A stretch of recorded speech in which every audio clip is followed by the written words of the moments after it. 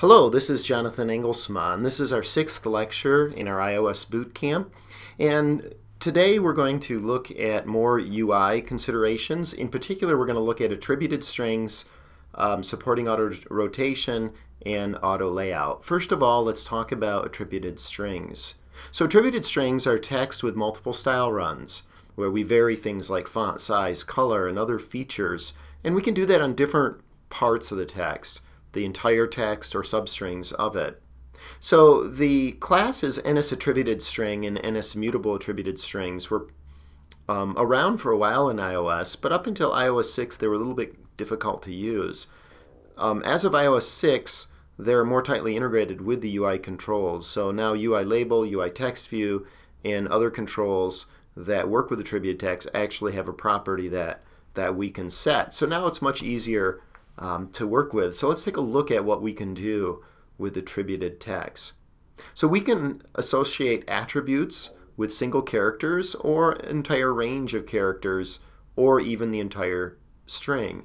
And these attribute to character mappings are preserved even after the string changes.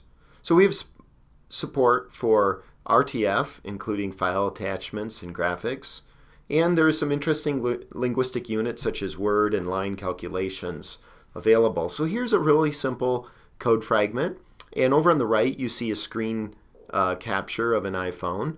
And so this code that you see on the left is basically making the top label, which has got an outlet called label 1, you see that in the code, look the way it is.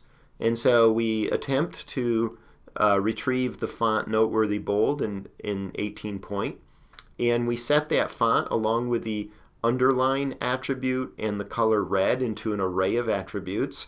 Then we create an attributed string passing in the string that's of interest, so in this case fancy red apples, along with those attributes. And when we set that on the label, the label's attributed text property, we actually get what you see on the screen.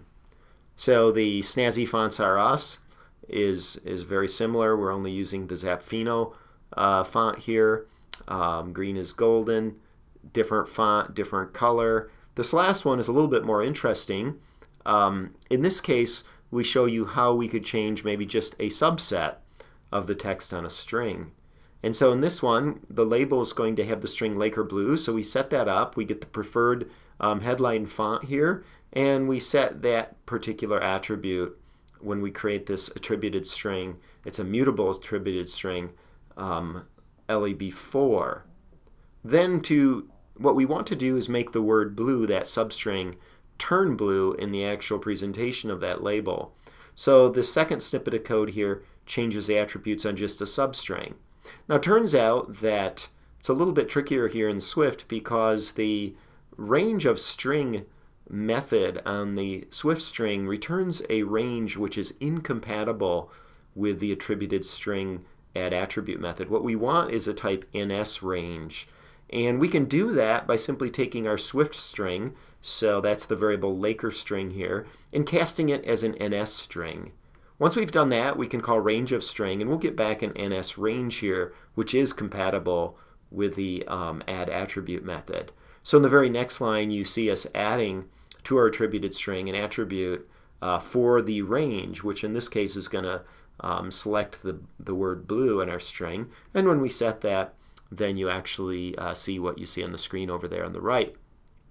So there's a whole bunch of different types of attributes that we can set, and this table shows some of them. If you click the link on the bottom, you'll end up in the Apple documentation where these are talked in quite a bit more detail.